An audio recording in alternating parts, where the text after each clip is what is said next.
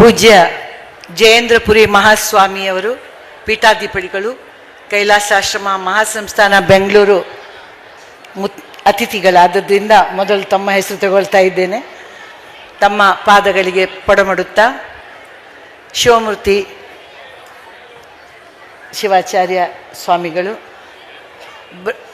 ಬೃಹನ್ಮಠ ತರಳುಬಾಳು ಬೃಹನ್ಮಠ ಗುರುಗಳ ಚರಣಗಳಿಗೆ ಶಿರಸ ನಮಿಸುತ್ತಾ, ಈ ಒಂದು ತರಳುಬಾಳ ಹುಣ್ಣಿಮೆಯಲ್ಲಿ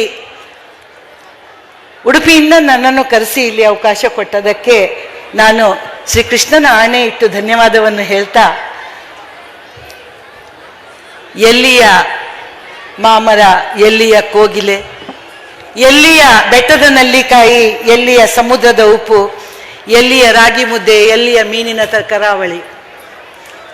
ಈ ಒಂದು ಸಂಬಂಧವನ್ನು ಬೆಸೆದಿದ್ದರೆ ಅದು ಸ್ವಾಮಿಗಳ ಒಂದು ಕಟಾಕ್ಷ ಹಾಗೂ ಒಂದು ಅವರ ಆಶೀರ್ವಾದ ಅಂತ ನಾನು ಹೃತ್ಪೂರ್ವಕವಾಗಿ ಈ ಒಂದು ಕಾರ್ಯಕ್ರಮಕ್ಕೆ ಬರಲಿಕ್ಕೆ ಬಹಳ ಸಂತೋಷದಿಂದ ನಿನ್ನೆಯಿಂದ ಇಲ್ಲೇ ಬಂದು ಕೂತ್ಕೊಂಡಿದ್ದೀನಿ. ಆ ನಿನ್ನೆಯಿಂದ ಬಂದು ಆ ಬಿಸಿಲಿನ ಊರಿನಿಂದ ಬಂದವಳಿಗೆ ಇಲ್ಲಿ ಸ್ವಲ್ಪ ಥಂಡಿಯಾಗಿ ಸ್ವಲ್ಪ ಗಂಟಲು ಕೆಟ್ಟಿದೆ. ಹೆಚ್ಚಲ್ಲ, ಒಂದು 8 ವಿಕ್ಸ್ ಚಾಕ್ಲೇಟ್ ತಿಂದಿದ್ದೀನಿ. ನೀವೆಲ್ಲ ಅಂದ್ಕೊಂಡಿರ್ಬೋದು ಮೇಡಮ್ ಏನೋ ತಿಂತಾನೆ ಇದ್ದಾರೆ ಅಂತ. ಹಾಗಲ್ಲ, 8 ವಿಕ್ಸ್ ಚಾಕ್ಲೇಟ್ ತಿಂದಿದ್ದೀನಿ. ಸ್ವರದಲ್ಲಿ ಒಂದು ಸ್ವಲ್ಪ ಮಾಧುರ್ಯ ಕಡಿಮೆ ಆಗಿದೆ. ಅದು ತಾವೆಲ್ಲರೂ ಸಹಿಸಿಕೊಳ್ತೀರಿ ಅನ್ನುವ ಒಂದು ವಿಶ್ವಾಸದಿಂದ ನನ್ನ ಮಾತನ್ನ ಮುಂದುವರಿಸಲಿಕ್ಕೆ ಇಷ್ಟಪಡ್ತಾ ಇದ್ದೀನಿ. ನಿಮ್ಮೆಲ್ಲರಿಂದ ಜೋರಾದ ಚಪ್ಪಾಳೆಯ ನಿರೀಕ್ಷೆಯೊಂದಿಗೆ. ಒಬ್ಬ ಯುದ್ಧಕ್ಕೆ ಹೋಗಿ ಬಂದಿದ್ದಂತೆ ಗುರುಗಳೇ. ಯುದ್ಧಕ್ಕೆ ಹೋಗಿ ಬಂದವನು ಮನೆಗೆ ಬಂದ ಮೇಲೆ ತನ್ನ ಹೆಂಡತಿ ಮಕ್ಕಳ ಮುಂದೆ ಸಾಹಸ ಹೇಳ್ಕೊಡ್ತಾ ಇದ್ದಂತೆ. ಊಟ ಮಾಡಬೇಕಾದ್ರೆ, ನಾನು ಯುದ್ಧದಲ್ಲಿ ಒಂದು 14 ಮಂದಿದು ಕೈ ಕಡ್ದೆ, ಒಂದು 20 ಮಂದಿದು ಕಾಲು ಕಡ್ದೆ, ಒಂದು 7-8 ಮಂದಿದು ಕಣ್ಣು ಕಿತ್ತಾಕದೆ ಅಂತ ಹೇಳ್ದ ಅಂತೆ. ಮಕ್ಕಳು ಊಟ ಮಾಡ್ತಿದ್ದವರು ಬಿಟ್ಟ ಕಣ್ಣಲ್ಲಿ ಅಪ್ಪನನ್ನ ನೋಡ್ತಾ ಇದ್ರಂತೆ. ಯಾಕಂದ್ರೆ ಮಕ್ಕಳು ಅಪ್ಪನ ಮೇಲೆ ಬಹಳ ವಿಶ್ವಾಸ ಮಾಡ್ತಾರೆ, ಮಕ್ಕಳು ನೋಡಿ. ಆದ್ರೆ ಹೆಂಡತಿ ನೋಡಿ ಅವಳು ಅಷ್ಟು ಬೇಗ ವಿಶ್ವಾಸ ಮಾಡೋದಿಲ್ಲ. ಅವಳು ಕೇಳಿದ್ಲಂತೆ ನಿಧಾನವಾಗಿ, ಅಲ್ಲ ಇವ್ರೆ, ಅವಳು ಉಪ್ಪಿನಕಾಯಿಯನ್ನು ಬಡಿಸ್ತಾ ಕೇಳಿದ್ಲಂತೆ, ಅಲ್ಲ ಇವ್ರೆ, ನೀವು ಅಲ್ಲಿ ಯುದ್ಧಕ್ಕೆ ಹೋದವರು ಆ ಕೈ ಕಾಲು ಬೆರಳು ಕಣ್ಣು ಕಟ್ ಮಾಡೋದಕ್ಕಿಂತ ಅವನ ಕುತ್ತಿಗೆ ಕೊಡಿಬಹುದಿತ್ತಲ್ಲ ಶತ್ರುವಿದ್ದು ಅಂತ ಹೇಳುವಾಗ ಅವ್ರು ಹೇಳಿದ್ರಂತೆ, ಆ ಕುತ್ತಿಗೆಯನ್ನು ಮೊದಲೇ ಯಾರೋ ಕರೆದಿಟ್ಟಿದ್ರು ಮಾರಾಯ್ತಿ, ಹಾಗಾಗಿ ನಾನು ಕೈ ಕಾಲು ಕಡಿಬೇಕಾಯ್ತು ಅಂತ. ಇವತ್ತು ನನಗೆ ಆಗಿರುವ ಅವಸ್ಥೆ ಇದೆ. ನನ್ನ ಮೊದಲು ಮಾತನಾಡಿದವರೆಲ್ಲರೂ ಸ್ತ್ರೀಯರು ಕತ್ತಿ ಗುಡಾಣಿ ಹಿಡ್ಕೊಂಡು ಸ್ತ್ರೀಪರವಾಗಿ ಮಾತನಾಡಿ ನನಗೆ ಮಾತಾಡ್ಲಿಕ್ಕೆ ಯಾವ ವಿಚಾರವನ್ನು ಉಳಿಸ್ಲಿಲ್ಲ ಗುರುಗಳೇ.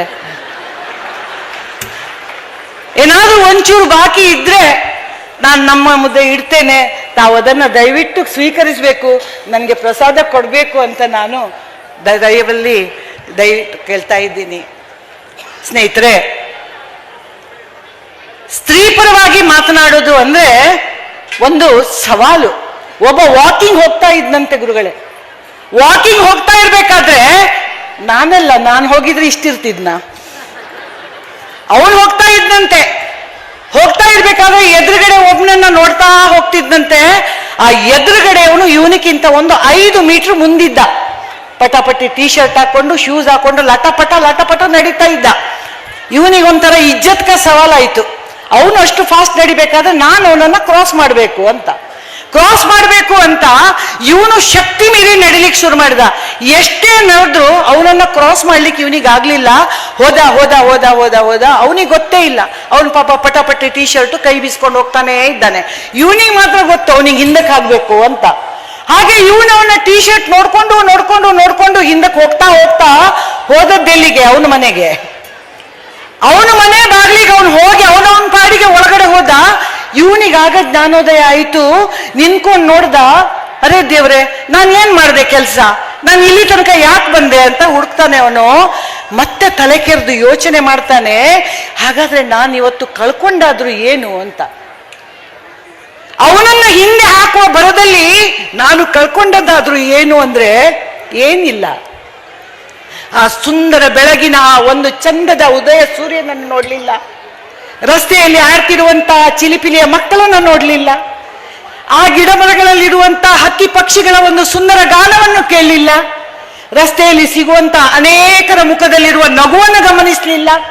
ಏನೂ ಮಾಡಲಿಲ್ಲ. ಯಾಕೆ ಮಾಡಲಿಲ್ಲ? ಒಬ್ಬಳನ್ನ ಹಿಂದೆ ಹಾಕುವ ಬರದಲ್ಲಿ ಇವತ್ತು ನಾವು ಮಾಡ್ತಾ ಇರೋದು ಅದೇ. ಒಬ್ಬರನ್ನ ಹಿಂದೆ ತರಬೇಕು ಅನ್ನುವ ಒಂದು ಉದ್ದೇಶದಿಂದ ನಾವು ಎಲ್ಲವನ್ನೂ ತ್ಯಾಗ ಮಾಡಿ ಮುಂದಕ್ಕೆ ನುಗ್ತಾ ಇದ್ದೇವೆ. ಸ್ನೇಹಿತರೆ, ಅಗತ್ಯ ಇದೆಯಾ? ನಮ್ಗೆ ಬೇಕಾಗಿರೋದೇನು? ಯಶಸ್ಸು. ಅದನ್ನ ಇನ್ನೊಬ್ಬರನ್ನ ತುಳಿದು ದೂಡಿ ಹಿಂದಕ್ಕೆ ಹಾಕಿ ನಾವು ಮಾಡಬೇಕಾದ ಅವಶ್ಯಕತೆ ಇಲ್ಲ. ಎಲ್ಲ ಸಂತೋಷಗಳನ್ನ, ಎಲ್ಲ ಆನಂದಗಳನ್ನ ಅನುಭವಿಸ್ತಾ ನಾವು ಮುಂದುವರಿಲಿಕ್ಕೆ ಸಾಧ್ಯವಿದೆ ಅನ್ನೋದು ನನ್ನ ಮತ. ಹೌದಾದ್ರೆ ತಾವು ಚಪ್ಪಾಳೆ ತಟ್ಟಬೇಕು. ಸ್ನೇಹಿತರೆ, ನಾನು ನುಡಿ ಹಬ್ಬಕ್ಕೆ ಬಂದಾಗಲೂ ಈ ಮಾತನ್ನ ಹೇಳಿದ್ದೆ. ಇವತ್ತು ಪುನಃ ನಾನು ಹೇಳಲಿಕ್ಕೆ ಇಷ್ಟಪಡ್ತಾ ಇದ್ದೇನೆ. ಶ್ರೀರಾಮಚಂದ್ರ ತುಂಬಾ ಹಠ ಮಾಡ್ತಿದ್ದಂತೆ. ಮಗು ಅಂದ್ಮೇಲೆ ಎಲ್ಲಾ ಮಕ್ಕಳು ಒಂದೇ. ಬಹಳ ಹಠ ಮಾಡ್ತಿದ್ದಂತೆ. ಮಗು ಹಠ ನಿಲ್ಲಿಸ್ಲೇ ಇಲ್ಲ. ಯಾರು ಏನು ಕಸರತ್ ಮಾಡಿದ್ರು ಹಠ ನಿಲ್ಲಿಸ್ಲೇ ಇಲ್ಲ. ನಿಮ್ಗೆಲ್ರಿಗೂ ಗೊತ್ತು, ಅಲ್ಲಿ ಒಬ್ಳು ಕುರೂಪಿ ಮಂಥರೆ ಅಂತ ಇದ್ಲು. ಕೈಕೇಯಿ ಜೊತೆ ಅವಳ ತಾಯಿ ಮನೆಯಿಂದ ಮಂಥರೆ ಬಂದಿದ್ಲು. ಆ ಮಂಥರೆ ಒಂದು ಕನ್ನಡಿಯನ್ನ ತಂದು ಶ್ರೀರಾಮನಿಗೆ ತೋರಿಸಿದ್ಲಂತೆ. ನೋಡು ಮಗು, ಇದರಲ್ಲಿರುವ ಒಂದು ಚಂದ್ರನನ್ನ ನೋಡು ಅಂತ ನೋಡುವಾಗ ಆ ಪುಟ್ಟ ಶ್ರೀರಾಮ ಆ ಕನ್ನಡಿಯನ್ನ ನೋಡಿ ಕಿಲಕಿಲನೆ ನಕ್ಕು ಬಿಟ್ಟಂತೆ. ಆ ಪುಟ್ಟ ಶ್ರೀರಾಮ ಕನ್ನಡಿಯನ್ನ ನೋಡಿ ಕಿಲಕಿಲನೆ ನಕ್ಕ ಕೂಡ್ಲೆ ಇಡೀ ಪ್ರಜೆಗಳಿಗೆಲ್ಲ ಸಂತೋಷವಾಯಿತು, ರಾಜ ಪರಿವಾರಕ್ಕೆಲ್ಲ ಸಂತೋಷ ಆಯಿತು. ಸಂತೋಷದ ಅಲೆಯಲ್ಲಿ ಹರಿಲಿಕ್ಕೆ ಶುರುವಾಯಿತು. ಇಡೀ ರಾಜ ಪರಿವಾರಗಳು ಮಂಥರೆಯನ್ನ ಅಭಿನಂದಿಸ್ಲಿಕ್ಕೆ ಶುರು ಮಾಡಿದ್ರು. ಆದ್ರೆ ಕೆಲವು ಹೊಟ್ಟೆ ಕಿಚ್ಚಿನ ಮನುಷ್ಯರಲ್ಲಿ ಇದ್ದವರು ಅವ್ರೇನ್ ಹೇಳಿದ್ರಂದ್ರೆ, ಮಂಥರೆಯನ್ನೇ ನೋಡಿದ್ರು ಹೊಟ್ಟೆ ಕಿಚ್ಚಿನಲ್ಲಿ. ಮಂಥರೆ ನಿಧಾನವಾಗಿ ಗೂನುವೆನ್ನ ಹಿಡ್ಕೊಂಡು ಆ ಶ್ರೀರಾಮನನ್ನ ಅಪ್ಪಿ ಹಿಡಿಯಲಿಕ್ಕೆ ಬಂದ್ಲು. ಆಗ ಹೊಟ್ಟೆ ಕಿಚ್ಚಿನ ಮನುಷ್ಯರು ಹೇಳಿದ್ರು, ಮುಟ್ಬೇಡ, ಮುಂದೆ ರಾಜನಾಗಬೇಕಾಗಂತ ಹುಡುಗ ಅವನು, ನೀನು ಕುರೂಪಿ, ಅವನನ್ನ ಮುಟ್ಟಬಾರ್ದು, ನೀನು ಅನಿಷ್ಟ ಅಂತ ಹೇಳಿದ್ರು. ಮಂಥರೆ ಹಿಂದಕ್ಕೆ ಸರಿದ್ಲು. ಸರಿವಾಗ ಹೀಗೆ ಸರಿಲಿಲ್ಲ. ಅಪಮಾನದ ಬೆಂಕಿಯನ್ನು ತನ್ನ ಹೊಟ್ಟೆಯಲ್ಲಿ ತುಂಬಿಕೊಂಡು ಧಗಧಗನೆ ಉರಿಯುತ್ತಾ ಹಿಂದಕ್ಕೆ ಸರಿದ್ಲು. ಸ್ನೇಹಿತರೆ, ಹಿಂದೆ ಸರಿದವಳು ಹಾಗೆ ನಿಲ್ಲಿಲ್ಲ.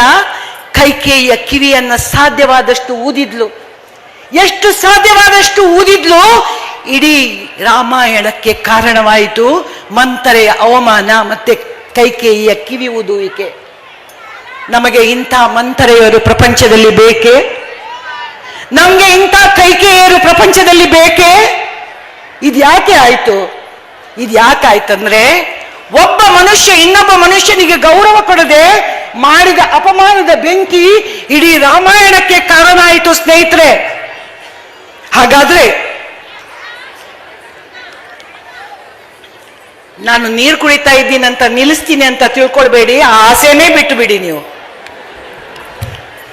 ನಮ್ಮನ್ನು ಮಾತೆ ಅಂತ ಕರೆಯುವುದೇ ಮಾತು ಜಾಸ್ತಿ ಅಂತ, ಇವರನ್ನೆಲ್ಲ ಪಿತ ಅಂತ ಕರೆಯುವುದೇ ಒಂಚೂರು ಪಿತ್ತ ಜಾಸ್ತಿ ಅಂತ. ಅಂಥದ್ರಲ್ಲಿ ಬೈಕ್ ಬೇರೆ ಕೊಟ್ಟಿದ್ದಾರೆ, ನಿಲ್ಲಿಸ್ತೇನೆ ನಾನು. ಸ್ನೇಹಿತರೆ, ಇಂಥ ಮಂಥರೆಗಳು ನಮ್ಗೆ ಬೇಕಾಗಿಲ್ಲ.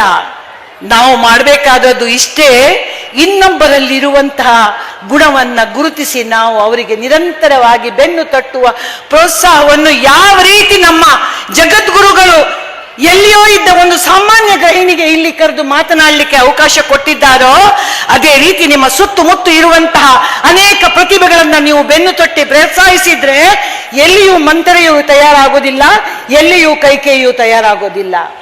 ನಮ್ಮ ಸುತ್ತಮುತ್ತ ಅನೇಕ ಪ್ರತಿಭೆಗಳಿವೆ. ನೀವು ಬೇಕಾದ್ರೆ ನೋಡಿ, ಒಂದು 7-8 ಜನ ಹೆಂಗಸರು ಒಂದು ಎಂಥದೋ ಸ್ವಸಹಾಯ ಯೋಜನೆದು ಮೀಟಿಂಗಿಗೋ ಅಲ್ಲಿಗೋ ಇಲ್ಲಿಗೋ ಹೋಗಿರ್ತಾರೆ. ಅಲ್ಲಿ ಹೋದಾಗ ಪಕ್ಕದವಳ ಹತ್ರ ಹೇಳೋದು, ಇವತ್ತು ಮೀಟಿಂಗಿಗೆ ಸುಶೀಲಕ್ಕ ಬಂದಿದ್ಲು, ನಾನು ಅವಳ ಹತ್ರ ಮಾತಾಡ್ಲೇ ಇಲ್ಲ. ಯಾಕೆ? ಇಲ್ಲ, ಮಾತಾಡ್ಲಿಲ್ಲ. ನಾನು ಯಾಕೆ ಮಾತಾಡ್ಲಿಲ್ಲ? ನಂಗೆ ಅವಳನ್ನ ಕಂಡ್ರೆ ಆಗೋದಿಲ್ಲ. ಯಾಕಾಗೋದಿಲ್ಲ? ಯಾಕಾಗೋದಿಲ್ವ, ನನಗೆ ಮರ್ತೇ ಹೋಗಿದೆ. ಯಾಕಾಗೋದಿಲ್ಲ ಅನ್ನೋದು ಮರ್ತೋಗುವ ಮಟ್ಟಕ್ಕೆ ಬಂದಿದ್ದೇವೆ. ಆದ್ರೆ ಅವರನ್ನ ನಾವು ಕಂಡ್ರೆ ಆಗೋದಿಲ್ಲ. ಸ್ನೇಹಿತರೆ, ನಾನೊಂದು ಸ್ಕೂಟರ್ ಬಿಡ್ತೇನೆ, ನೀವು ನಂಬೋದು ಬಿಡೋದು ನಿಮ್ಮಿಷ್ಟ. ನಾನೊಂದು ಸ್ಕೂಟರ್ ಬಿಡ್ತೇನೆ. ಕೆಲವೊಮ್ಮೆ ಅದು ಹ್ಯಾರಿ ಪಾಟರ್ ಗಾಳಿಯಲ್ಲಿ ಹೋದಾಗ ಕಾಣಿಸ್ತದೆ, ಕೆಲವೊಮ್ಮೆ ಗಣಪತಿ ಬಪ್ಪ ಇಲಿ ಮೇಲೆ ಕೂತ್ಕೊಂಡು ಹೋದಂಗೂ ಕಾಣಿಸ್ತದೆ. ಸ್ಕೂಟರ್ ಕೆಲವೊಮ್ಮೆ ಕಾಣಿಸೋದಿಲ್ಲ, ನಾನು ಆದ್ರೆ ನಾನು ಆ ಸ್ಕೂಟರ್ ಬಿಟ್ಕೊಂಡು ಹೋಗ್ತೇನೆ. ನಾನು ಮೊನ್ನೆ ಕೃಷ್ಣ ಮಠದ ಹತ್ರ ಹೋಗಿ ಸ್ಕೂಟರ್ ಪಾರ್ಕ್ ಮಾಡಿ ದೇವಸ್ಥಾನಕ್ಕೆ ಒಳಗೆ ಹೋಗಿ ಎಲ್ಲ ಪೂಜೆ ಗೀಜೆ ನೋಡಿಬಿಟ್ಟು ಹೊರಗಡೆ ಬಂದೆ. ಹೆಲ್ಮೆಟ್ ತೆಗೆದೆ, ತಲೆಗೆ ಹಾಕಿದೆ, ಕೀ ತೆಗೆದು ಆನ್ ಮಾಡ್ತೇನೆ. ಸ್ಕೂಟರ್ ಚಾಲೂ ಆಗಲಿಲ್ಲ. ಅಯ್ಯಪ್ಪ ಇದೇನಾಯ್ತಪ್ಪ ನನ್ನ ಸ್ಕೂಟರಿಗೆ ಅಂತ ಪುನಃ ಪುನಃ ತಿರುಗಿಸ್ತಾ ಇದ್ದೇನೆ. ಒಬ್ಬ ಸಜ್ಜನ ಯುವಕ ಬಂದು, ಮೇಡಮ್ ಈ ಕೀ ಆಗ್ತದ ನೋಡಿ ಅಂದ. ನನಗೆ ಒಂದು ಕೀ ತೆಗೆದು ಕೊಟ್ಟ. ನಾನು ಹಾಕಿ ತಿರುಗಿಸಿದ ಕೂಡಲೇ ಸ್ಕೂಟರ್ ಗುರ್ರಂತು. ಯಪ್ಪ ಇದು ಯಾವ ರೀತಿ ಮಾಯಕದ ಕೀ ಮಾರೇರೆ?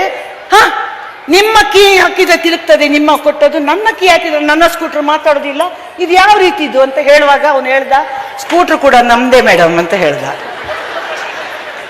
ಸ್ಕೂಟರ್ ಕೂಡ ಅವನದ್ದೇ, ಕೀ ಮಾತ್ರ ಅಲ್ಲ. ಅಯ್ಯೋ ದೇವರೇ, ತಪ್ಪಾಯಿತು ಅಂತ ನನ್ನ 5.25 ಅಡಿ ದೇಹವನ್ನ 4 ಅಡಿಗೆ ಕುಗ್ಗಿಸಿ ಮೇಡಮ್ ನನ್ನ ಒಂದು 80 kg ಲೆಕ್ಕ ಇಟ್ಕೊಳ್ಬೇಡಿ, ಅಷ್ಟೇ ಇದ್ದೀನಿ, 80 kg ತೂಕವನ್ನ 25 kgಗೆ ಇಳಿಸಿ ನಾನು ಕೈ ಮುಗಿದು, ಅಣ್ಣ ತಪ್ಪಾಯ್ತು ಅಂತ ಹಿಂಭಾಗದಲ್ಲಿ ಹೀಗೆ ಹೆಜ್ಜೆ ಇಟ್ಟು ಹೋಗ್ತಾ ಇದ್ದೀನಿ. ಅವನು ನನ್ನ ಜೊತೆನೇ ಬರ್ತಾ ಇದ್ದಾನೆ. ಓ ರಾಮ, ತಪ್ಪಾಯ್ತು ಅಂತ ಹೇಳಿದ್ರೆ ಈ ಮನುಷ್ಯನಿಗೆ ಭಾಷೆ ಇಲ್ವಾ? ನಾನು ಹೇಳಿದೆ ತಪ್ಪಾಯ್ತು ಅನ್ನಲ್ಲ ಸರ್, ಏನೋ ತಪ್ಪಾಯ್ತು, ಪರಮಶ ಆಯ್ತು ಅಂತ ಹೇಳುವಾಗ ಅವನು ಹೇಳ್ತಾನೆ, ಮೇಡಮ್ ನೀವು ಹಾಕಿರೋ ಹೆಲ್ಮೆಟ್ ಕೂಡ ನಂದೇಯಾ? ನಾನು ಹಾಕಿರೋ ಹೆಲ್ಮೆಟ್ ಕೂಡ ನಂದೇಯಾ? ಓ ದೇವರೇ, ಭಗವಂತ ಶ್ರೀಕೃಷ್ಣ, ಈ ರೀತಿಯ ಪರಿಸ್ಥಿತಿಯಲ್ಲಿ ನಾವಿದ್ದೇವೆ. ನನ್ನ ಸ್ಕೂಟರು, ನನ್ನ ಹೆಲ್ಮೆಟ್, ನಾನು ಹೆಲ್ಮೆಟ್ ಹಾಕಿ ತಿರುಗೋದೇ ಇಲ್ಲ ಮೇಡಮ್, ನೀವು ಉಡುಪಿಗೆ ಬರಬೇಡಿ. ಯಾಕಂದ್ರೆ ನನಗೆ ಹೆಲ್ಮೆಟ್ ಹಾಕಿದ್ರೆ ತಲೆನೋವು ಶುರುವಾಗತ್ತೆ ಅಂತ ಎಲ್ಲ ನಮ್ಮ ಟ್ರಾಫಿಕ್ ಪೊಲೀಸ್ನವರು ಒಂದು ನಮಸ್ಕಾರ ಕೊಟ್ಟರು, ಈಗಂತಾರೆ ಬಿಡ್ತಾರೆ. ಇವತ್ತಿನವರೆಗೂ ಒಬ್ರು ಫೈನ್ ಹಾಕ್ಲಿಲ್ಲ ಪುಣ್ಯಕ್ಕೆ. ಹಾಗಾಗಿ ನನಗೆ ಆ ದಿವಸದ ಮಟ್ಟಿಗೆ ಮರ್ತೇ ಹೋಯ್ತು, ನಾನು ಹೆಲ್ಮೆಟ್ಟೇ ಹಾಕೋದಿಲ್ಲ, ಅದು ಯಾವಾಗಲೂ ಡಿಕ್ಕಿಲಿರೋದು ಅಂತ. ಹಾಗಿರುವಾಗ ನನಗೆ ಇಂಥ ಒಂದು ಮರವು ನಮಗೆ ಬಾಧಿಸಿರುವಾಗ ಇನ್ನೊಬ್ಬರ ಬಗ್ಗೆ ಕೆಡುಕನ್ನ, ಅವರು ಮಾಡಿದ ಸಣ್ಣ ಪುಟ್ಟ ತಪ್ಪುಗಳನ್ನ ಅದನ್ನ ಅದ್ದಿ ರುಬ್ಬಿ ರುಬ್ಬಿ ರುಬ್ಬಿ ಯಾಕೆ ಸ್ವಾಮಿ ನಾವು ಜೀವನವನ್ನ ಹಾಳು ಮಾಡ್ಕೊಳ್ತಾ ಇದ್ದೇವೆ? ಮಹಿಳೆಯರೇ, ಮಾತೆಯರೇ, ಮೊದಲು ಎಲ್ಲವನ್ನ ಮರೆತು ಎಲ್ಲವನ್ನ ಸರಿಪಡಿಸಿಕೊಂಡು ಇದ್ದದ್ರಲ್ಲೇ ಸಂತಸದಿಂದ ಬದುಕಲು ಕಲಿಯೋಣ. ಒಂದು ಸಾಮಾನ್ಯವಾಗಿ ಒಂದೇ ಕಂಪನಿಯಲ್ಲಿ ಇರುವವರು ಕ್ವಾರ್ಟರ್ಸ್ ಸಿಗ್ತದೆ ಗುರುಗಳೇ. ಕ್ವಾರ್ಟರ್ಸ್ ಸಿಕ್ಕಿದಾಗ ಅಕ್ಕಪಕ್ಕದ ಮನೆಗಳಲ್ಲಿ ಇರ್ತಾರೆ. ಆಗ ಇಬ್ರು ಹೆಂಗಸರು ಬಹಳ ಆತ್ಮೀಯ ಗೆಳತಿಯರು, ಪಕ್ಕಪಕ್ಕದಲ್ಲಿ ಇದ್ಮೇಲೆ ಬಹಳ ಆತ್ಮೀಯ ಗೆಳತಿಯರು. ಆದ್ರೆ ಒಳಗೆ ಅವಳನ್ಕಂಡ್ರೆ ಇವಳಿಗಾಗುದಿಲ್ಲ, ಇವಳನ್ಕಂಡ್ರೆ ಅವಳಿಗಾಗುದಿಲ್ಲ. ಯಾಕಂದ್ರೆ ಒಂದೇ ಹುದ್ದೆಯಲ್ಲಿರುವವರು ಗಂಡಸರು, ಹೆಚ್ಚಾಗಿ ಒಂದೇ ಹುದ್ದೆಯಲ್ಲಿರ್ತಾರೆ, ಒಂದೇ ಸಂಬಳ ತಗೊಳ್ತಾಳೆ. ಇವಳು ಗಂಡನ ಹತ್ರ ಹೇಳೋದು, ನಿಮ್ಗೆ ಗೊತ್ತೇನ್ರಿ ಅವಳು ಶೀಲಾ ಇದ್ದಾಳಲ್ಲ, ಅವಳ ಗಂಡ ಅವಳಿಗೆ ನಿನ್ನೆ ಒಂದು ವಜ್ರದ ನೆಕ್ಲೆಸ್ ತಂದ್ರಂತೆ. ಹೌದಾ? ಹಾ, ನೀವು ಇದ್ದೀರಿ. ಸ್ವಲ್ಪ ಸಮಯ ಹೋಯ್ತು, ನೋಡಿದ್ರ ಅವಳ ಗಂಡ ಕಾರ್ ತಗೊಂಡ. ಹೌದಾ? ಹೌದು, ನೀವು ಇದ್ದೀರಿ. ಸ್ವಲ್ಪ ಸಮಯ ಆಯ್ತು, ನಿಮ್ಗೆ ಗೊತ್ತಾ ಶೀಲನ್ ಗಂಡ ಊರಲ್ಲಿ ಒಂದು ಜಮೀನ್ ತಕೊಂಡಿದಾರಂತೆ. ಹೌದಾ? ಹೌದು, ನೀವು ಇದ್ದೀರಿ. ಸ್ವಲ್ಪ ಸಮಯ ಆಯ್ತು, ನಿಮ್ಗೆ ಗೊತ್ತೇನ್ರಿ ಶೀಲನ್ ಗಂಡ ಆಕ್ಸಿಡೆಂಟ್ ಅಲ್ಲಿ ತೀರಿ ಹೋದ್ರಂತೆ. ಹೌದಾ? ನಂಗೆ ಗೊತ್ತಿತ್ತು ಹಾಗೇನಾದ್ರು ಕಣ್ತಾಗತ್ತೆ ಅವನಿಗೆ ಅಂತ. ಹೌದು, ನೀವು ಇದ್ದೀರಿ. 10 ಲಕ್ಷ ಬಂದಿದೆಯಂತೆ.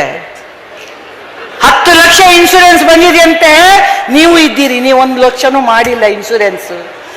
ಇಂಥ ಒಂದು ಕಂಪ್ಯಾರಿಸನ್ ಅಲ್ಲಿ ನಾವು ಬದುಕ್ತಾ ಇರಬೇಕಾದ್ರೆ ಸ್ನೇಹಿತರೆ, ನೀವು ಒಮ್ಮೆ ಚಿಂತನೆ ಮಾಡಿ, ನಾನು ಇವರು ಒಂದೇ ಸಂಬಳ ತಗೊಳ್ತಾ ಇರ್ಬೋದು, ಆದ್ರೆ ಅವರಿಗಿರುವ ಜವಾಬ್ದಾರಿ ನನಗಿಲ್ಲದೆ ಇರ್ಬೋದು.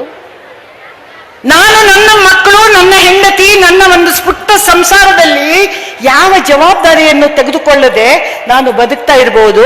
ಆದ್ರೆ ಆ ಪಕ್ಕದ ಮನೆಯ ಗಂಡಸು ತನ್ನ ಅಕ್ಕ ತಂಗಿಯರಿಗೆ ಮದುವೆಯನ್ನ ಮಾಡಿ, ಅಪ್ಪ ಅಮ್ಮನ ಒಂದು ರೋಗಿಷ್ಠ ಅಪ್ಪ ಅಮ್ಮನಿಗೆ ಸಲಹಿಕೊಂಡು ತನ್ನ ಮಕ್ಕಳಿಗೆ ವಿದ್ಯಾಭ್ಯಾಸ ಕೊಟ್ಟು, ಆ ಕಡೆ ಈ ಕಡೆ ಕಷ್ಟದಲ್ಲಿರುವ ಕುಟುಂಬಸ್ಥರಿಗೆ ಸಹಾಯ ಮಾಡಿ, ತನ್ನ ಸಂಬಳದಲ್ಲಿರುವ ಅರ್ಧಕ್ಕಿಂತಲೂ ಜಾಸ್ತಿ ಅಲ್ಲಿ ವ್ಯಯಿಸಿಕೊಂಡು ಸಂಸಾರ ತುಗಿಸಬಹುದು. ಹಾಗಿರುವಾಗ ಅವನು ಏನು ಮಾಡ್ಲಿಕ್ಕೆ ಸಾಧ್ಯ? ಈ ಶೀಲನ ಗಂಡನ ರೀತಿ ಮಾಡ್ಲಿಕ್ಕೆ ಆಗ್ತದೆ?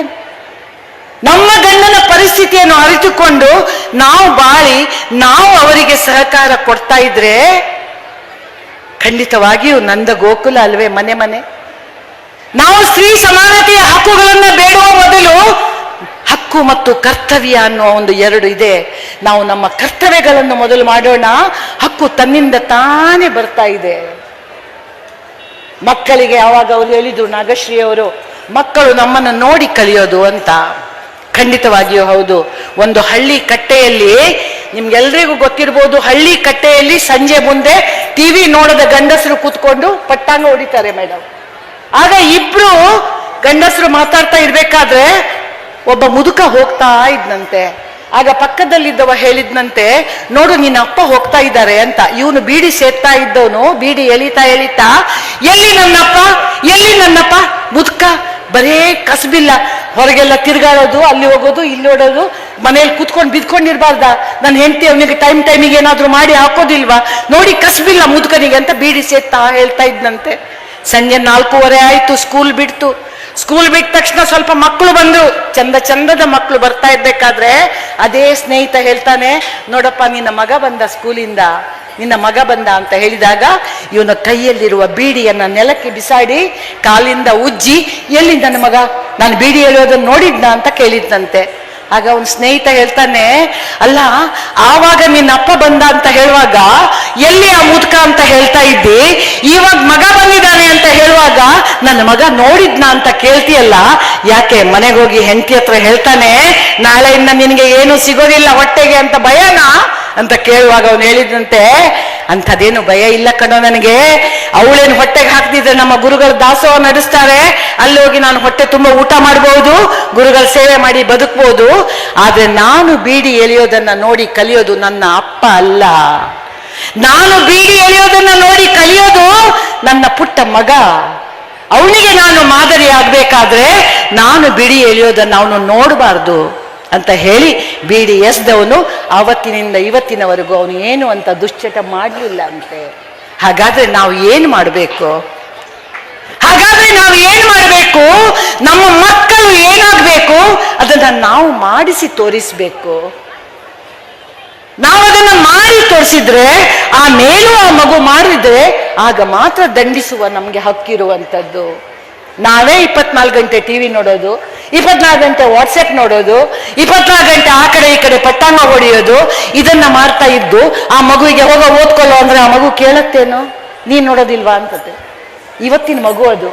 ಹಾಗಾಗಿ ಸ್ನೇಹಿತರೆ, ನಾವು ಏನು ಮಾಡಬೇಕು ಅದನ್ನ ನಾವು ನೋಡಿ, ಮಗು ಏನು ಮಾಡಬೇಕು ಅದನ್ನ ನಾವು ಮಾಡಿ ತೋರಿಸ್ಬೇಕು.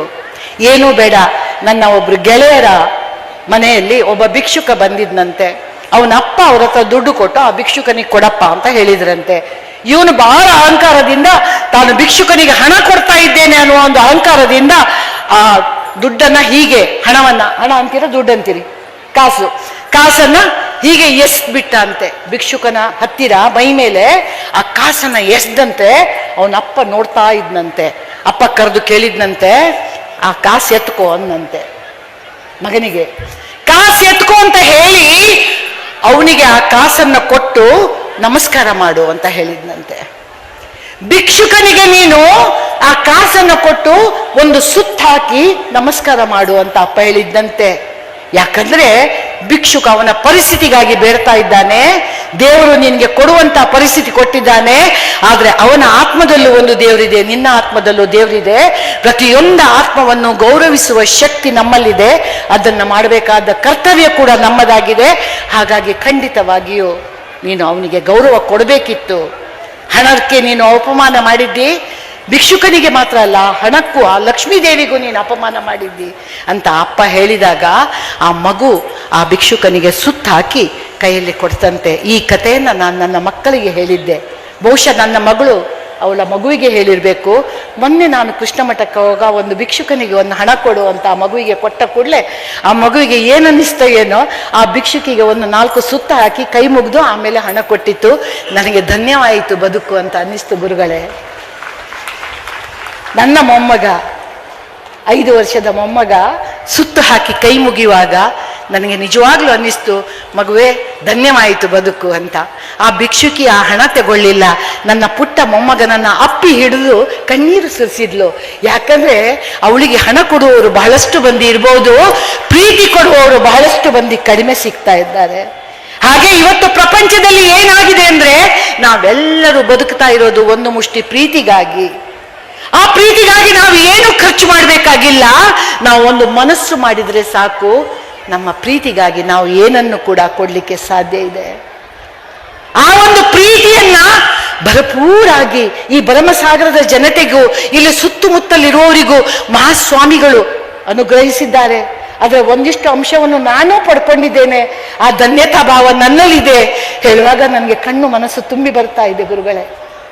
ನನಗೆ ಇವತ್ತು ಕಾರ್ಯಕ್ರಮ ಇತ್ತು, ನನಗೆ ನಿನ್ನೆ ಬರ್ಲಿಕ್ಕೆ ಹೇಳಿದ್ರು, ಗುರುಗಳೇ ಇಲ್ಲ ನನಗೆ ಕಾರ್ಯಕ್ರಮ ಇದೆ ಉಡುಪಿಯಲ್ಲಿ, ಅದನ್ನು ಮುಗಿಸಿ ನನಗೆ ರಾತ್ರಿ ಬರ್ಲಿಕ್ಕೆ ಆಗೋದಿಲ್ಲ, ನಾನು ಮರುದಿನ ನನ್ನ ಕಾರ್ಯಕ್ರಮಕ್ಕೆ ಸರಿಯಾಗಿ ಬರ್ತೇನೆ ಅನ್ನುವಾಗ ಮಹಾಪ್ರಭುಗಳ ಅಪ್ಪಣೆ ಆಯಿತು ನನಗೆ, ಗುರುಗಳ ಅಪ್ಪಣೆ. ನೀವು ಉಡುಪಿಯಿಂದ ಟ್ಯಾಕ್ಸಿ ಮಾಡ್ಕೊಂಡು ಬಂದು 2 ದಿನ ಇಲ್ಲಿ ಉಳಿದು 2 ದಿನದ ನಂತರ ಟ್ಯಾಕ್ಸಿಯಲ್ಲೇ ವಾಪಸ್ ಹೋಗ್ಬೇಕು ಅಂತ ಹೇಳಿದ್ರು. ಅವರು ಹೇಳಿದ್ರು ಅಂತ ನಾನು ಅದನ್ನು ದುರುಪಯೋಗಿಸಿಕೊಳ್ಬಾರ್ದಲ್ವೇ? ನಾನು ನನ್ನ ಕಾರ್ಯಕ್ರಮವನ್ನು ಬೇಗನೆ ಮುಗಿಸಿ ಮೊನ್ನೆ ರಾತ್ರಿ ಬಸ್ಸಲ್ಲೇ ಬಂದಿದ್ದೇನೆ. ಬಸ್ಸಲ್ಲೇ ಬಂದು ನನ್ನ ಯೋಗ್ಯತಾನುಸಾರ ನಾನು ಬಸ್ಸಲ್ಲೇ ಬಂದು ಇವತ್ತು ನಿನ್ನೆ ಕಾರ್ಯಕ್ರಮವನ್ನು ನೋಡಿದ್ದೇನೆ, ಇವತ್ತಿನ ಕಾರ್ಯಕ್ರಮಕ್ಕೂ ಬಂದಿದ್ದೇನೆ.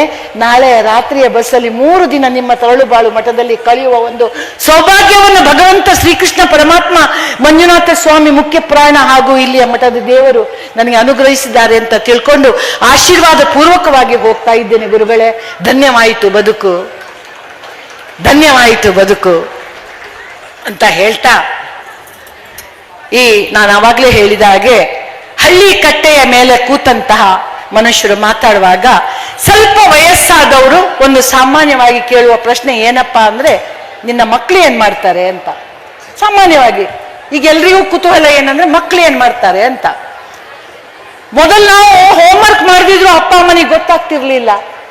ನಾವೇನೋ ಒಂದು ಕ್ಲಾಸ್ನಲ್ಲಿ ಫಸ್ಟ್ ಬಂದು ಒಂದು ಡಬ್ಬಿಯೋ ತಟ್ಟೆಯೋ ವಾಟೆಯೋ ಹಿಡ್ಕೊಂಡು ಬಂದ್ರೆ ಫಸ್ಟ್ ಅದರಲ್ಲೇ ನಾಳೆಯಿಂದ ಕಾಫಿ ಕುಡಿ ಅಂತ ಹೇಳ್ತಿದ್ರು, ಮುಗೀತು. ನಮ್ಗೇನು ಅಭಿನಂದನೆ ಇಲ್ಲ, ಏನೂ ಇಲ್ಲ. ಹಾಗಿರುವಾಗ ಈ ಒಂದು ಹಳ್ಳಿ ಕಟ್ಟೆ ಮೇಲೆ ಕೂತಿದ್ದವರು ಹೇಳಿದ್ರು, ನಿಮ್ಮ ಮಕ್ಕಳು ಏನ್ ಮಾಡ್ತಾರೆ ಅಂತ. ನನ್ನ ಸಮಯ ಎಷ್ಟು ನನ್ಗೆ ಗೊತ್ತಿಲ್ಲ, ಸಮಯ ಎಷ್ಟೊತ್ತು ಮಾತಾಡ್ಬೋದು? ಇನ್ನೊಂದು 10 ನಿಮಿಷ ಮಾತಾಡ್ಬೋದು, 5 ನಿಮಿಷ ಮಾತಾಡ್ಬೋದಾ ನಾನು? ಚಪ್ಪಾಳೆ ತಟ್ಟಿದ್ದಾರೆ, ಅರ್ಧ ಜನ, ಬಾಕಿಯವರು ಸುಮ್ಮನೆ ಕೂತಿದ್ದಾರೆ ಮುಚ್ಚಲಿ ಬಾಯಿ ಅಂತ.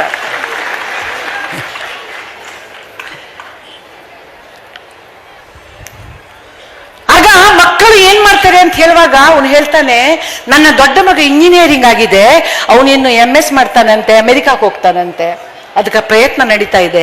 ಎರಡನೇ ಮಗ ಏನಿಲ್ಲ, ಅವನು ಇದಾಗಿದೆ, ಏನು MBBS ಆಗಿದೆ, MD ಮಾಡ್ಬೇಕಂತೆ, ಲಂಡನಿಗೆ ಹೋಗ್ಬೇಕಂತೆ, ಇಲ್ಲೆಲ್ಲ ಆಗೋದಿಲ್ಲ ಅಂತೆ.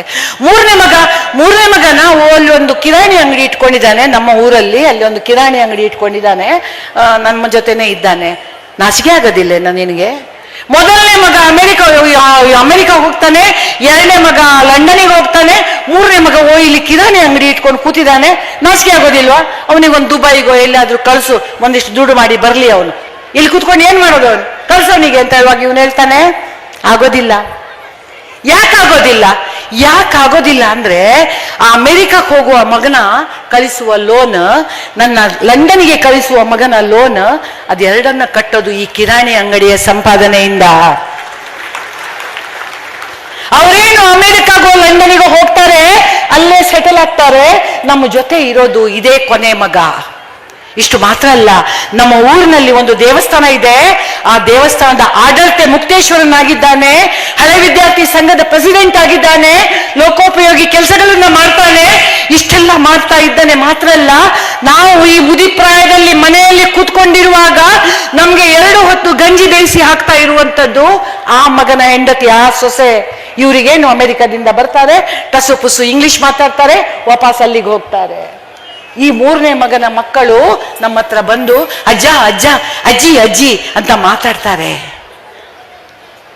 ಹಾಗಿರುವಾಗ ಇಂಥ ಒಂದು ಕೌಟುಂಬಿಕ ಸುಖವನ್ನ ಬಿಟ್ಟು ಆ ಮಗನನ್ನ ಅಮೆರಿಕ ಕಳಿಸಿಯೋ ದುಬೈಗೆ ಕಳಿಸಿಯೋ ದುಡ್ಡು ಮಾಡಿಯೋ ಏನು ಮಾಡ್ಲಿಕ್ಕಿಲ್ಲ. ನನಗೆ ಬೇಕಾದಷ್ಟು ಹೊಲ ಇದೆ, ಬೇಕಾದಷ್ಟು ತೋಟ ಇದೆ, ಅದ್ರ ಸಂಪಾದನೆ ಅವರಿಬ್ಬರಿಗಿಂತನೂ ಜಾಸ್ತಿ ಇದೆ, ನನ್ನ ಮಗ ನನ್ನ ಜೊತೆನೇ ಇರ್ಲಿ. ಏನಾದರೂ ಆಗು, ಮೊದಲು ಮಾನವನಾಗು. ಮೊದಲು ಮಾನವನಾಗು. ಸ್ನೇಹಿತರೆ, ನೀವೆಲ್ಲ ಇಲ್ಲಿ ತೋಟ ಗೀಟ ಮಾಡ್ಕೊಂಡಿರೋರು, ಈ ಸೌಭಾಗ್ಯ ನಮ್ಮೂರಲ್ಲಿ ಇಲ್ಲ ಗುರುಗಳೇ. ನಮ್ಮ ಉಡುಪಿ ಕಡೆಯಲ್ಲಿ ನಾವೆಲ್ಲ ಏನ್ ಮಾಡ್ತೀವಿ ಅಂದ್ರೆ, ಮಕ್ಕಳನ್ನ ಕಲ್ತು, ನಾನು ಸಮೇತ, ಇನ್ನೊಬ್ರ ಬಗ್ಗೆ ಇಲ್ಲ, ನಾನು ಸಮೇತ ಮಕ್ಕಳನ್ನ ಡಾಕ್ಟ್ರು ಇಂಜಿನಿಯರ್ ಮಾಡ್ತೇವೆ, ದುಬೈಗೋ ಅಮೆರಿಕಾಗೋ ಪಾರ್ಸೆಲ್ ಮಾಡ್ತೇವೆ. ಅವ್ರು ಮತ್ತೆ ಯಾವಾಗ ಬರ್ತಾರೆ ಅಂತ ಜಾತಕ ಪಕ್ಷಿಯಾಗೆ ಕಾಯ್ತಾ ಇರ್ತೇವೆ. ಹಾಗೆ ಅಮೆರಿಕದಿಂದ ಒಂದು ಮಗು ಬಂದಿತ್ತಂತೆ. ಮಕ್ಕಳಿಗೆಲ್ಲ ಕಲಿಸಿರ್ತಾರೆ ಭಾಷೆ ಒಂದು ಬಿಟ್ಟು ನಾವು ಅಲ್ಲಿ ಹೋಗುವ ಇಲ್ಲಿ ಹೋಗುವ ಅಂತ ಎಲ್ಲ ಹೇಳಿ ಕರ್ಕೊಂಡು ಬರ್ತಾರೆ. ಆ ಮಕ್ಕಳಿಗೆ ಮಾತಾಡುವ ಅಂದ್ರೆ ಅಜ್ಜ ಅಜ್ಜಿಗೆ ಇಂಗ್ಲಿಷ್ ಬರೋದಿಲ್ಲ, ಇವರಿಗೆ ಮಕ್ಕಳಿಗೆ ಕನ್ನಡ ಬರೋದಿಲ್ಲ.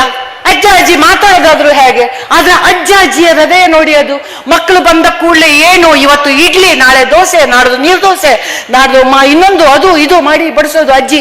ಅವರಿಗೆ ಯಮನ ಬರ್ತದೆ. ನನಗೆ ಕೂಡ, ನಾನು 16ರ ಹುಡುಗಿ ಆಗಿ ಬಿಡ್ತೇನೆ ಕೂಡ್ಲೆ. ಹಾಗೆ ಅಜ್ಜಿಯರು ಬಡಿಸ್ತಾ ಇರ್ಬೇಕಾದ್ರೆ ಮಕ್ಕಳು ಗಪ ಗಪ ತಿಂತಾವೆ. ತಿನ್ನದೆ ಅಲ್ಲಿ ಪಾರೇಜ್ ತಿಂದು ಬದುಕಿದವು. ಇಲ್ಲಿ ರುಚಿ ರುಚಿಯಾದ ತಿಂಡಿಗಳು ಅವುಗಳಿಗೆ ಬೇಡ ಆಗಿದೆಯಾ? ಚಿತ್ರಾನ್ನ, ಅದು ಇದು ವೆರೈಟಿ ತಿಂಡಿಗಳು. ನಾನು 3 ದಿನದಿಂದ ಮಠದಲ್ಲಿ ವೆರೈಟಿ ತಿಂದು 2 kg ಜಾಸ್ತಿ ಆಗಿದ್ದೇನೆ. ಹಾಗಿರ್ಬೇಕಾದ್ರೆ ಈ ಮಕ್ಕಳು ತಿನ್ನುವಾಗ ಅಜ್ಜಿಗೆ ಆಸೆ ಆಯ್ತು ಮೊಮ್ಮಕ್ಕಳ ಹತ್ರ ಮಾತಾಡ್ಬೇಕಂದ್ರೆ ಭಾಷೆ ಬರೋದಿಲ್ಲ.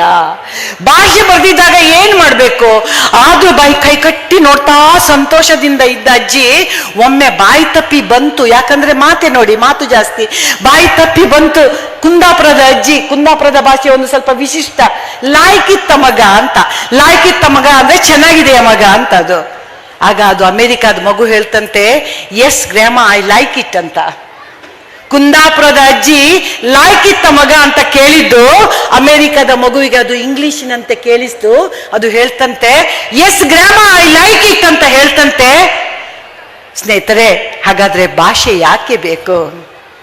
ಭಾಷೆ ಅನ್ನೋದು ಹೃದಯಕ್ಕೆ ಬೇಕು. ನಾವು ಮೊದಲು ಹೃದಯದ ಭಾಷೆಯನ್ನು ಅರಿಯೋಣ. ವೈಷ್ಣವ ಜನತೋ ತೇನೆ ಕೈಯೇ ಪೀಡೆ ಪರಾಯೇ ಜಾಣೆ ರೇ. ಇನ್ನೊಬ್ಬರ ಕಷ್ಟ, ಇನ್ನೊಬ್ಬರ ದುಃಖ ಯಾರಿಗೆ ಅರ್ಥ ಆಗ್ತದೆ ಅವರು ಮಾತ್ರ ಒಬ್ಬ ದೈವ ಭಕ್ತ ಆಗ್ಲಿಕ್ಕೆ ಸಾಧ್ಯ ಇದೆ ವಿನಾ ಇಡೀ ದಿನ ಗಂಟಾಮಣಿ ಇಟ್ಕೊಂಡು ಪೂಜೆ ಮಾಡಿಕೊಂಡು ತಿರುಗ್ತಾ ಇದ್ದವನು ಖಂಡಿತವಾಗಿಯೂ ಆಗ್ಲಿಕ್ಕೆ ಸಾಧ್ಯ ಇಲ್ಲ. ದೇವರ ಸೇವೆ ಜನಸೇವೆ ಅಲ್ಲ, ಜನಸೇವೆ ದೇವರ ಸೇವೆ ಅಂತ ತಿಳ್ಕೊಂಡಂತಹ ಮಹಾಪ್ರಭುಗಳು ನಿಮ್ಮ ಜೊತೆ ಇರೋದು ನಿಮ್ಮೆಲ್ಲರ ಸೌಭಾಗ್ಯ. ಅದರ ಒಂದಷ್ಟು ಋಣ ನನ್ನ ಪಾಲಿಗೂ ಇತ್ತು, ಅದು ನನಗೂ ಸಿಕ್ಕಿದೆ ಅಂತ ಹೇಳಲಿಕ್ಕೆ ನಾನು ಬಹಳ ಸಂತೋಷ ಪಡ್ತಾ ಇದ್ದೇನೆ. ಸ್ನೇಹಿತರೆ, ನಾನು ನಮ್ಮ ತಾಲೂಕಿನ ಸಮ್ಮೇಳನದ ಸರ್ವಾಧ್ಯಕ್ಷೆ ಆಗಿದ್ದೆ ಗುರುಗಳೇ. ನನ್ನ ಯೋಗ್ಯತೆ ಇದ್ದೋ ಗೊತ್ತಿಲ್ಲ, ಯೋಗ ಅಂತೂ ಸಿಕ್ಕಿತ್ತು. ನನ್ನನ್ನ ಸರ್ವಾಧ್ಯಕ್ಷೆಯಾಗಿ ಮಾಡಿದ್ರು. ನನ್ನನ್ನು ಒಂದು ತೆರೆದ ವಾಹನದಲ್ಲಿ ಕೂತ್ಕೊಳಿಸಿ ಒಂದು ಮೆರವಣಿಗೆ ಕೂಡ ಮಾಡಿಸಿದ್ರು. ಅತ್ಯಂತ ಚಂದದ ಮೆರವಣಿಗೆ. ನನಗೆ ಆವಾಗ ಮೆರವಣಿಗೆ ಮುಗ್ದ ಕೂಡಲೇ ಅನ್ನಿಸ್ತು ನಾನು ಇವತ್ತೇ ಸತ್ರು ಪರವಾಗಿಲ್ಲ ಅಂತ ಒಂದು ಸಂತೋಷದ ಉತ್ತುಂಗಕ್ಕೆ ನಾನು ಏರಿದ್ದೆ. ಆ ಸಂತೋಷದ ಉತ್ತುಂಗ ಎಲ್ಲ ಮುಗ್ದು, ಮೆರವಣಿಗೆ ಎಲ್ಲ ಮುಗ್ದು, ಎಲ್ಲವೂ ಮುಗ್ದು, ಕೊನೆಯಲ್ಲಿ ಸಾಹಿತ್ಯ ಸಮ್ಮೇಳನವೂ ಮುಗ್ದು, ಕೊನೆಯಲ್ಲಿ ರಾತ್ರಿಯಲ್ಲಿ ಎಲ್ಲ ಮುಗ್ದಾದ ಮೇಲೆ ನಾನು ಸ್ಟೇಜಲ್ಲಿ ಕೂತ್ಕೊಂಡಿದ್ದೆ. ಇಬ್ರು ಕಾರ್ಯಕರ್ತರು, ಒಬ್ರು ಆ ಕಡೆಯಿಂದ ಒಬ್ರು ಈ ಕಡೆಯಿಂದ ಬಂದು ಹೇಳಿದ್ರು, ಮೇಡಮ್ ನಿಮ್ದು ದೊಡ್ಡ ದೊಡ್ಡ ಬ್ಯಾನರ್ ಹಾಕಿದ್ದಲ್ಲ, ನನ್ನ ದೊಡ್ಡ ದೊಡ್ಡ ಬ್ಯಾನರ್ ಹಾಕಿದ್ರು, ಅಲ್ಲಿ ಆ ಬ್ಯಾನರ್ ಹಾಕಿದ್ದು ನಿಮ್ಗೆ ಬೇಕಾ ಕೇಳಿದ್ರು. ನಾನು ಹೇಳಿದೆ ಎಷ್ಟು ನೋಡ್ರಿ, ನಾನು ಈಗ ಎಷ್ಟಿದ್ದೇನೆ ಅದಕ್ಕಿಂತ ದೊಡ್ಡದಿದೆ ಮೇಡಮ್ ಅದು ಬ್ಯಾನರ್, ಅದನ್ನು ತಗೊಂಡೋಗಿ ಏನ್ ಮಾಡೋದು ನಾನು ಅದು ಕೇಳಿದೆ. ನನಗೆ ಬೇಡ ಇತ್ತು ಅಂತ ಹೇಳುವಾಗ ಒಬ್ಬ ಬಂದು ಕೇಳಿದ, ಮೇಡಮು ಅದು ಹಾಗಾದ್ರೆ ನಾವು ತಗೊಂಡೋಗೋದಾ ಅಂತ ಕೇಳಿದ್ರು. ನನಗೆ ಭಾರಿ ಖುಷಿ ಆಯ್ತು. ಅದು ಯಾವರಪ್ಪ ನಮ್ಮನೆ ಅಭಿಮಾನಿ ನನ್ನ ಮೇಲೆ ಅಂತ ಹೇಳಿ, ಅಲ್ಲಪ್ಪ ನಿನ್ಗೆ ಅಷ್ಟು ಸಹ ಪ್ರೀತಿಯಾ ನಾನಂದ್ರೆ, ಅದನ್ನ ಏನ್ ಮಾಡ್ತೀವಿ ತಗೊಂಡೋಗಿ ಮನೆಯಲ್ಲಿ ನಿಲ್ಸಿ ಅಂದೆ. ಇಲ್ಲ ಮೇಡಮ್, ಅದು ನಾವು ಹಪ್ಪಳ ಸಂಡಿಗೆ ಎಲ್ಲ ಮಾಡಿ ಮಾರ್ತೇವೆ. ನಾವು ಹಪ್ಪಳ ಸಂಡಿಗೆ ಮಾಡಿ ಮಾರ್ತೇವೆ, ಅದನ್ನು ಒಣ ಹಾಕ್ಲಿಕ್ಕೆ ನನಗೆ ಆ ಬ್ಯಾನರ್ ಬೇಕಿತ್ತು, ಪ್ಲಾಸ್ಟಿಕ್ ಇದ್ದು ಅಂದ. ನನಗೆ ನನ್ನ ಕಣ್ಣಿನ ಮೇಲೆ, ಮೂಗಿನ ಮೇಲೆ, ಕಿವಿ ಮೇಲೆ ಎಲ್ಲ ಸಂಡಿಗೆ ಕಂಡಿತು. ಕಾಣಲಿಲ್ಲ, ಕಲ್ಪನೆ ಆಯಿತು. ಆ ಉರಿ ಯಾರಿಗ್ ಬೇಕು? ಅಷ್ಟೊತ್ತಿಗೆ ಇನ್ನೊಬ್ಬ ಬಂದ, ಅವನ ಹತ್ರ ಕೇಳಿದೆ, ಮರಯ್ಯ ನೀನೆಂತ ಹಪ್ಪಳ ಸಂಡಿಗೆಯ ಅಂದೆ.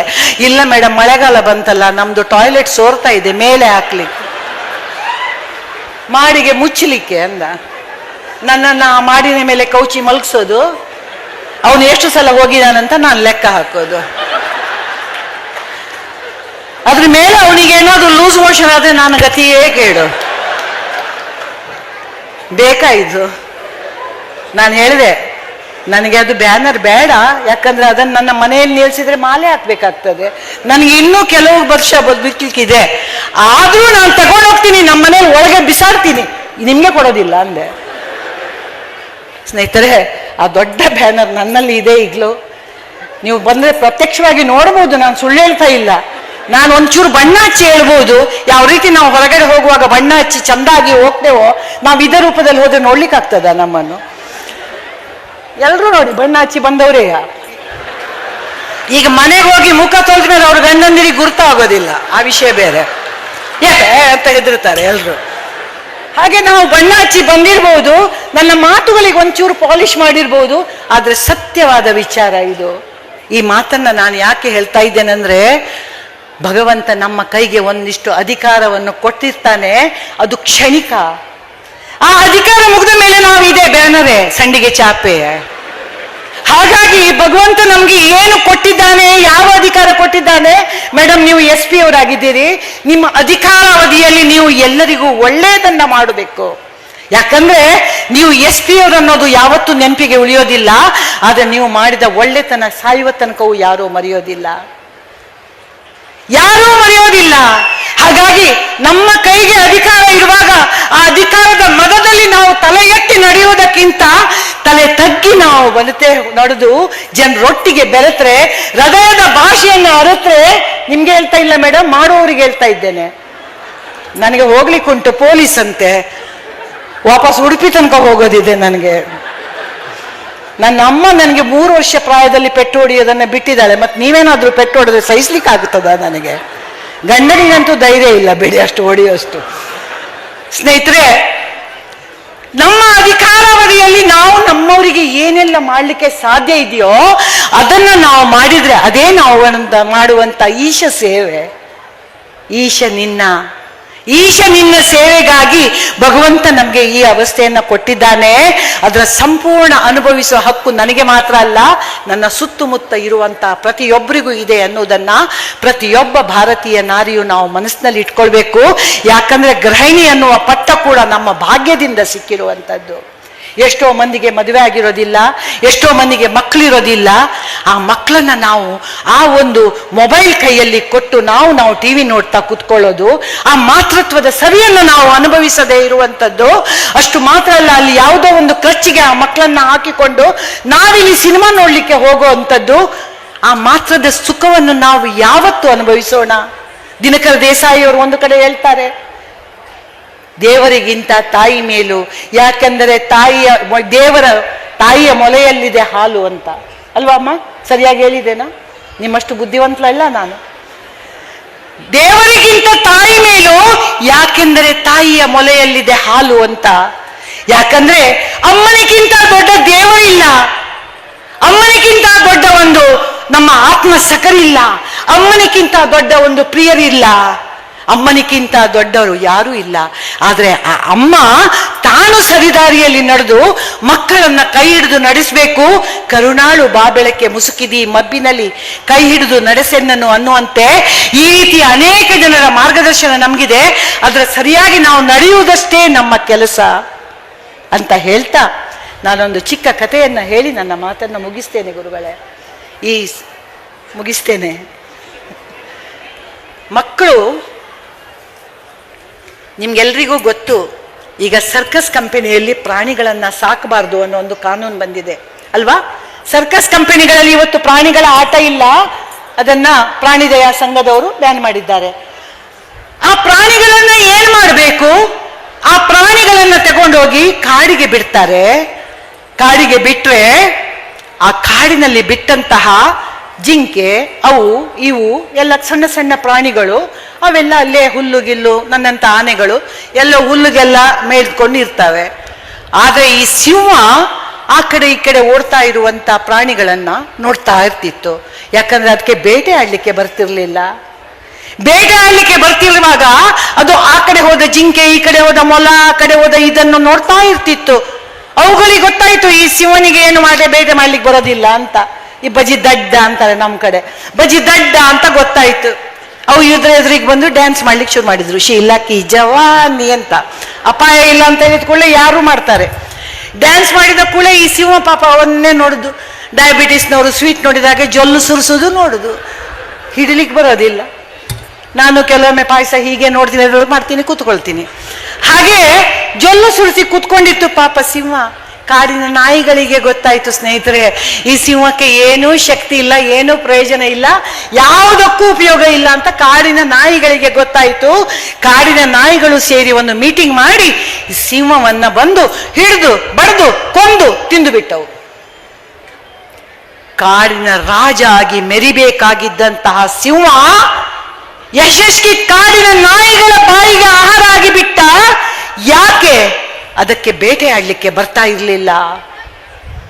ಸಿಂಹಕ್ಕೆ ತನಗೆ ಬೇಕಾದ ಅವಶ್ಯಕತೆಗಳನ್ನು ಪೂರೈಸಿಕೊಳ್ಳಿಕ್ಕೆ ಬರ್ತಾ ಇರಲಿಲ್ಲ. ಹಾಗಾಗಿ ಅದು ಯಶಸ್ವಿ ನಾಯಿಗಳ ಪಾಲಾಯಿತು. ಇವತ್ತು ನಾವು ಮಾಡ್ತಾ ಇರುವ ತಪ್ಪು ಕೂಡ ಅದೇ ಸ್ನೇಹಿತರೆ. ನಾವು ನಮ್ಮ ಮಕ್ಕಳು ಅಂತ ತಿಳ್ಕೊಂಡು ಆಸ್ತಿ ಭೂಮಿ ಕಾಸು ಅದು ಇದು ಮಾಡಿ ಇಟ್ಟಿರ್ತೇವೆ. ಅವರಿಗೆ ಸ್ವತಂತ್ರವಾಗಿ ಜೀವನಕ್ಕಾಗಿ ಸಂಘರ್ಷವನ್ನ ಮಾಡುವುದನ್ನ ಕಲಿಸೋದನ್ನ ಬಿಟ್ಟು ಬಿಟ್ಟಿದ್ದೇವೆ. ಹಾಗಂತ ಅವರ ಪಾಡಿಗೆ ಬಿಟ್ಟು ಬಿಡೋದಲ್ಲ. ನಾವು ರೈನ್ ಕೋಟ್ ಆಗಿ ಇರೋದಲ್ಲ, ನಾವು ಕೊಡೆಯಾಗಿ ಇರಬೇಕು. ಆ ಕೊಡೆ ಎಷ್ಟು ನಮ್ಗೆ ಆ ಒಂದು ಆಶ್ರಯವನ್ನು ಕೊಡ್ತದೋ ಅಷ್ಟೇ ಆಶ್ರಯವನ್ನು ನಾವು ಅವರಿಗೆ ಕೊಡಬೇಕು.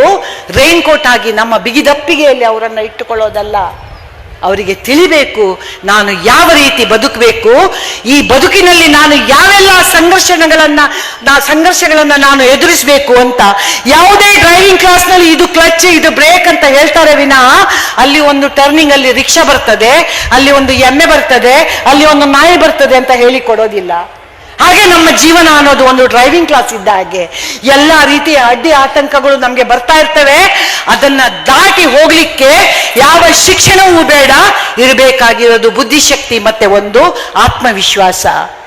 ಆ ಆತ್ಮವಿಶ್ವಾಸವನ್ನ ನೀವೆಲ್ಲರೂ ಬೆಳೆಸಿಕೊಳ್ತೀರಿ ಅಂತ ತಿಳ್ಕೊಳ್ತಾ, ಒಂದು ಮಗು ಒಂದು ಚಿತ್ರವನ್ನ ಬಿಡಿಸಿತ್ತಂತೆ.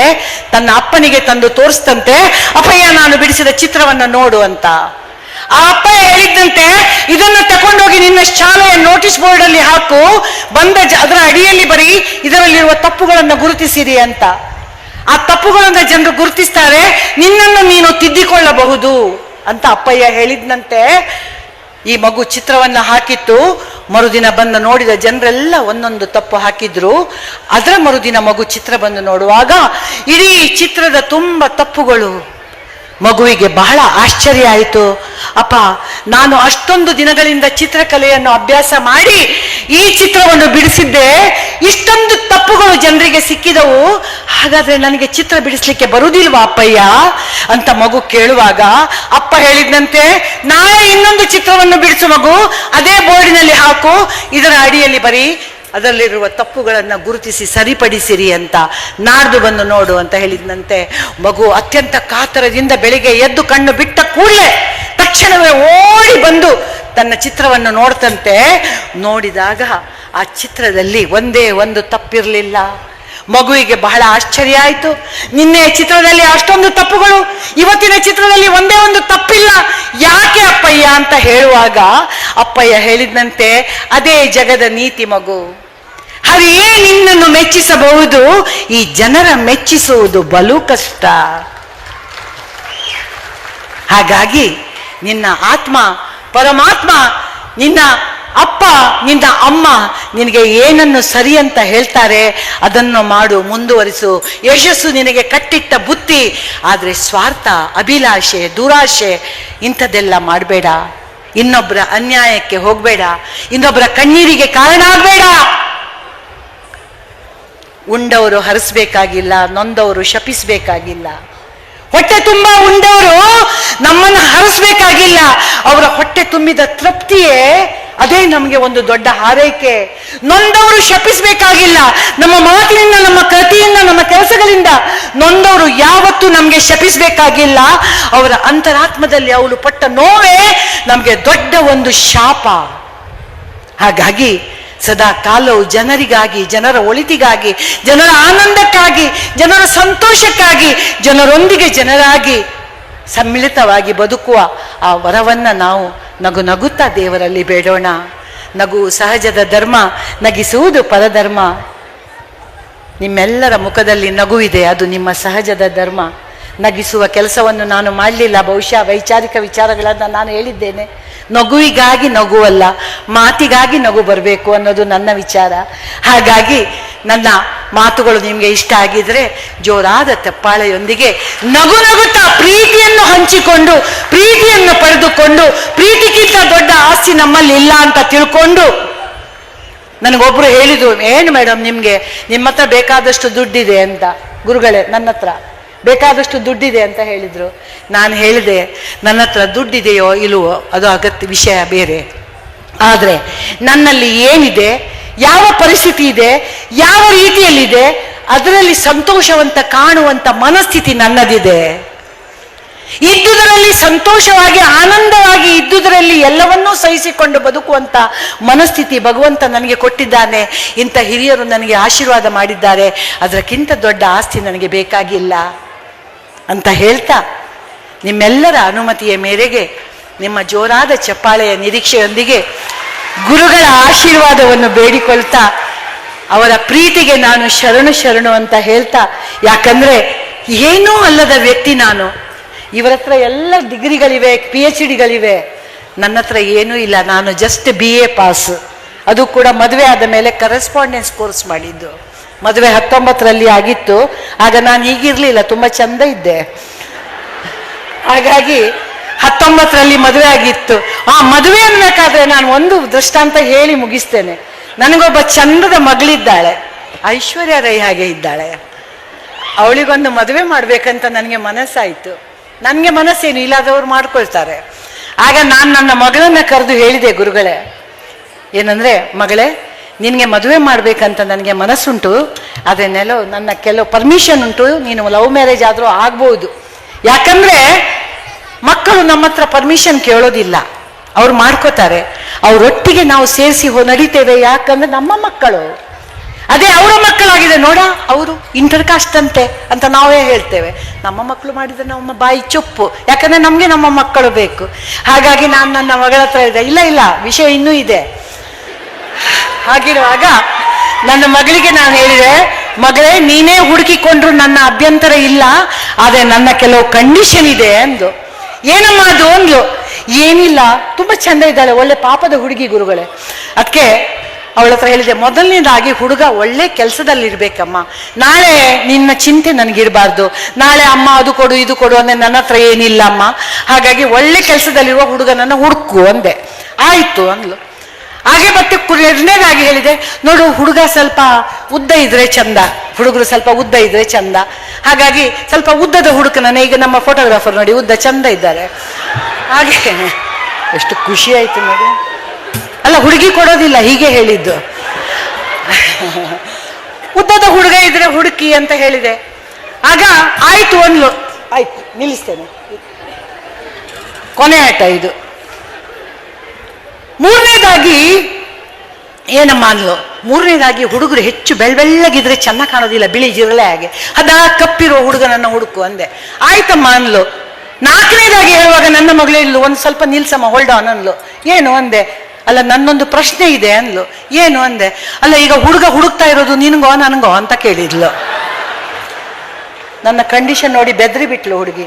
ಹುಡುಗ ಹುಡುಕ್ತಾ ಇರೋದು ನಿನ್ಗೋ ನನ್ಗೋ ಅಂತ ಕೇಳಿದ್ಲು ಗುರುಗಳೇ. ಯಾಕಂದ್ರೆ ನಾನು ಅಷ್ಟೊಂದು ಕಂಡೀಷನ್ಗಳನ್ನು ಹಾಕಿದ್ದೇನೆ. ಆಗ ನನಗೆ ಜ್ಞಾನೋದಯ ಆಯ್ತು. ನನ್ನ ಮಗಳ ಜೀವನ ಸಂಗಾತಿಯನ್ನು ಹುಡುಕ್ಲಿಕ್ಕೆ ನಾನು ಎಷ್ಟೊಂದು ಕಂಡೀಷನ್ಗಳನ್ನು ಹಾಕ್ತಾ ಇದ್ದೇನೆ. ಇವತ್ತು ನಾವು ಮಾಡ್ತಾ ಇರೋದು ಇದೆ. ಇನ್ನೊಬ್ರು ಹೇಗೆ ನಡಿಬೇಕು, ಯಾವ ಬಟ್ಟೆ ಹಾಕಬೇಕು, ಅವ್ರು ಯಾವ ರೀತಿ ಮಾತಾಡಬೇಕು, ಅವ್ರು ಲಿಪ್ಸ್ಟಿಕ್ ಹಚ್ಬೇಕೋ ಬೇಡವೋ, ಅವ್ರು ಜಡೆ ಬಿಡ್ಬೇಕು ಕುದುರ್ಬು ಬಿಡ್ಬೇಕು, ಅವ್ರು ಎಷ್ಟು ಮಾತಾಡಬೇಕು ಏನು ಮಾತಾಡಬೇಕು ಅಂತ ನಿರ್ಧರಿಸುವವರು ನಾವಾಗಿದ್ದೇವೆ. ಇನ್ನೊಬ್ಬರ ಬಗ್ಗೆ ನಾವು ಚಿಂತೆ, ನಮ್ಮ ಬಗ್ಗೆ ಮಾತಾಡೋದಿಲ್ಲ. ಸ್ವಾಮಿ ಗುರುಗಳು ಯಾವಾಗಲೂ ಹೇಳ್ತಾರೆ, ಬದುಕಲು ಬಿಡಿ ಅಂತ. ಬದುಕಲು ಬಿಡಿಯಲ್ಲ, ಬದುಕಲು ಕಲಿ ಅಂತ ಹೇಳ್ತಾರೆ. ನಾನು ಹೇಳ್ತೇನೆ, ಬದುಕಲು ಬಿಡಿ. ನಮ್ಮನ್ನು ನಮ್ಮ ಪಾಲಿಗೆ ಬದುಕಲಿಕ್ಕೆ ಬಿಡಿ. ನೀವು ನಿಮ್ಮ ಪಾಡಿಗೆ ಬದುಕಿಕೊಳ್ಳಿ. ಈ ಪ್ರಪಂಚ ಅನ್ನೋದು ವಿಶಾಲವಾಗಿದೆ. ಅವರವರ ಜೀವನ, ಅವರವರ ಬುದ್ಧಿಶಕ್ತಿ, ಅವರವರ ಜ್ಞಾನ, ಅವರವರ ಯೋಗ್ಯತೆ ಅವರಿಗಿದೆ. ಅದರ ಒಟ್ಟಿಗೆ ಅವರು ಬದುಕಿಕೊಳ್ಳಿ, ನಾವು ಬದುಕಿಕೊಳ್ಳೋಣ. ನಾವೆಲ್ಲರೂ ಪರಸ್ಪರ ಪ್ರೀತಿಸೋಣ. ಪ್ರೀತಿ ಅನ್ನೋದು ನಮ್ಮ ಮಂತ್ರವಾಗಿರ್ಲಿ, ಪ್ರೀತಿ ಅನ್ನೋದು ನಿರಂತರವಾಗಿರ್ಲಿ, ಪ್ರೀತಿ ಅನ್ನೋದು ಸದಾ ಹರಿಯುತ್ತಿರ್ಲಿ. ಈ ಭರಮಸಾಗರದ ನೀರಿನಂತೆ ಪ್ರೀತಿ ಅನ್ನೋದು ಹೃದಯಗಳಲ್ಲಿ ಹರಿಯಲಿ ಅಂತ ಹಾರೈಸ್ತಾ ನಿಜವಾಗಿಯೂ ನನ್ನ ಮಾತಿಗೆ ಈಗ ಪೂರ್ಣ ವಿರಾಮವನ್ನು ಇಡ್ತಾ ಇದ್ದೇನೆ. SS ಟಿವಿ ಸಿನಿಮಾ ಜಗತ್ತಿನ ಕ್ಷಣ ಕ್ಷಣದ ಸುದ್ದಿಯೊಂದಿಗೆ.